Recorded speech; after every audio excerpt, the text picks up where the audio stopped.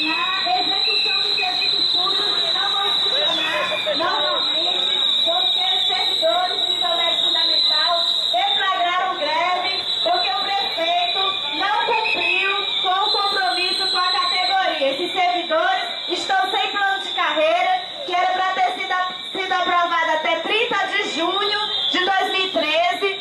Esse plano não foi apresentado sequer uma proposta da prefeitura, o que implica na desvalorização desses trabalhadores. Servidores de níveis diferentes de formação, com tempos de serviço diferentes e com o mesmo salário. Um salário mínimo e ainda pagando transporte e alimentação. Então o prefeito se comprometeu a resolver esse problema em junho, não resolveu, a categoria buscou insistentemente a negociação, resolveu o impasse, o que não aconteceu, a prefeitura se omitiu e a categoria não teve outra alternativa a não ser deflagrar a greve geral por tempo indeterminado até que a prefeitura cumpra com o seu compromisso.